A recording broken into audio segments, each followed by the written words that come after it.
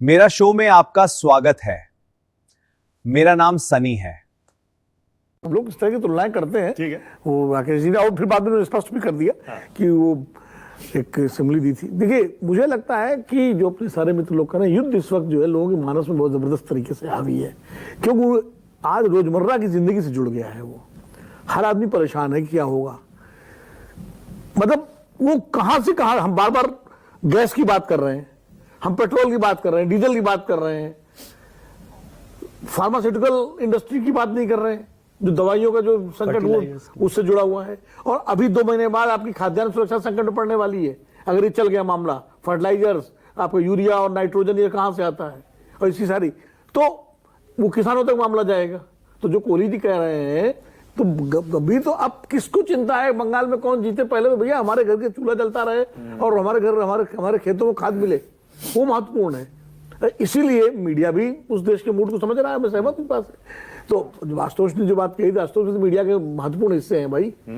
और लेकिन आपने आज आशुतोष के साथ एक जाति की है, आपने उनके जोड़ीदारों को किसी को नहीं बुलाया, ना हर्षवर्धन को ना आनंद विजय को। तो आज उनको बॉलिंग मतलब बैटिंग अकेले करने लगी तो वो उनके साथ जो है एक जाति की है। खैर, ये तो लाइटर नोट में कह रहा हूं। मुझे लगता है कि भारत सरकार की भी चिंताएं बढ़ रही हैं, और ऐसा नहीं है कि ठीक है प्रधानमंत्री जी आश्वस्त करेंगे और वो पैनिक क्रिएट भी नहीं करना चाहिए। तो शरद जी ने कहा कि वो कैसे कह देंगे कि वो है, लेकिन हमारे सामने ऐसे उदाहरण भी हैं प्रधानमंत्रियों के कि जब प्रधानमंत्री अपील करते थे कि एक ही टाइम खाना खाइए, भाई शास्त्री जी ने की थी अपील, खाद्यान्न संकट और वो सारी स्थिति थी। तो हर समय हर परिस्थिति में प्रधानमंत्रियों की भूमिका भी अलग अलग तरीके से होती है। शायद वो स्थिति अभी आई नहीं, वो स्थिति अभी आई नहीं है, हो सकता है। लेकिन मैं एक बात कह रहा हूं कि ये पहली बात पहले स्वीकार करना पड़ेगा कि संकट और समस्या है, और संकट और समस्या को आप स्वीकार कर। चलो डिबेट का टाइम हो गया है।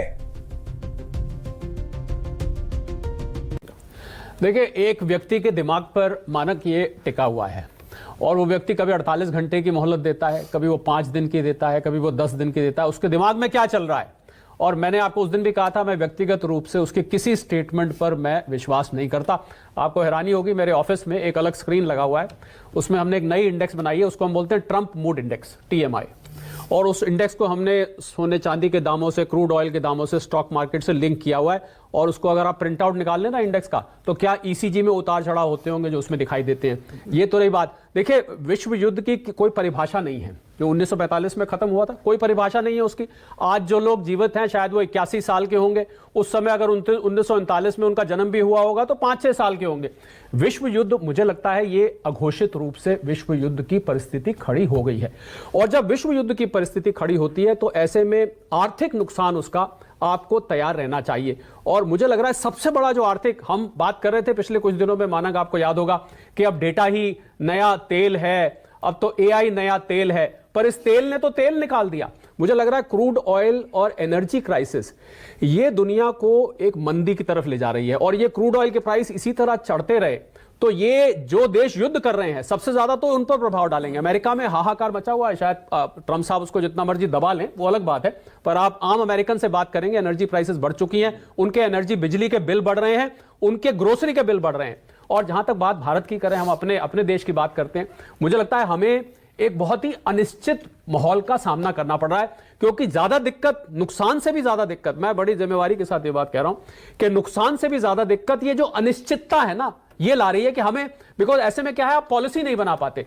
आप अगर प्रधानमंत्री जी के लोकसभा राज्यसभा के भाषण सुने, आज उन्होंने कल उन्होंने जेवर एयरपोर्ट पे बोला, आप वो सुने, तो वो कल बोला उन्होंने, तो उससे क्या इशारा क्या मिल रहा है कि आपको एक संकट आया हुआ है। देखिए, आप पॉलिसी बना सकते हैं क्लियरली, अगर आपको पता हो कि मेरा रास्ता क्या है। मुझे मालूम ही नहीं मेरा रास्ता क्या है, क्या ये न्यूक्लियर में कन्वर्ट हो जाएगा, मालूम नहीं, क्या straight of Hormuz Kharag island की वजह से फिर बंद हो जाएगी, क्रूड ऑयल की प्राइस क्या $200 पहुंच जाएगी, मुझे नहीं मालूम, क्या भारतीय शिप्स वहां से आती रहेंगी। अच्छा, अगर भारतीय शिप्स आती भी रही तो कीमत का तो समस्या बनी रहेगी, क्योंकि क्रूड ऑयल की कीमत, अगर हमारी शिप्स आ जाती हैं तो ये थोड़े ना कि क्रूड ऑयल की कीमत कम हो जाएगी। हम जो जूझ रहे हैं वो कीमत की वजह से ज्यादा जूझ रहे हैं।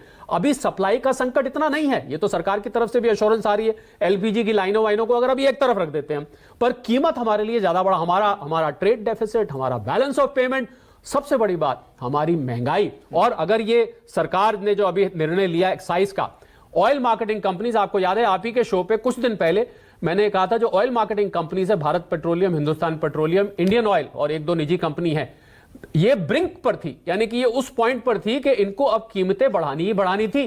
तभी सरकार ने कदम उठाया कि हम आपको एक कुशन दे देते हैं, हम अपना एक्साइज वापस ले लेते हैं, आप कीमत लोगों के लिए मत बढ़ाइए। बहुत ही टाइट रोप वॉक है, और मुझे लग रहा है कि यहां से सबसे बड़ा खतरा जो देश को इस समय है वो महंगाई का है। और महंगाई ऐसी चीज है क्योंकि भारत की अर्थव्यवस्था मानक वो कंजम्पशन ड्रिवन अर्थव्यवस्था है। 55 से 60% हमारी जीडीपी कंजम्पशन से बनती है।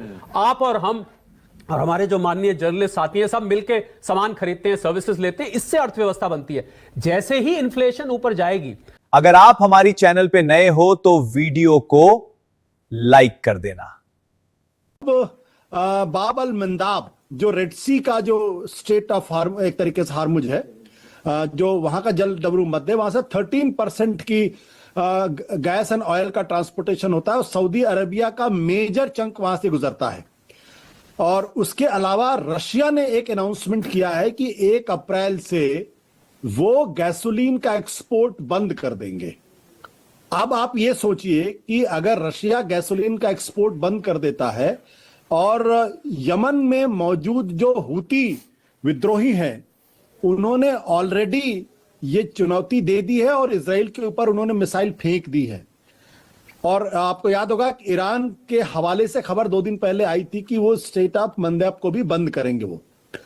तो ये जो क्राइसिस है, इस क्राइसिस से सरकार कैसे निपटेगी, क्योंकि हम 88.4% ऑयल इंपोर्ट करते हैं और 62% हम गैस इंपोर्ट करते हैं।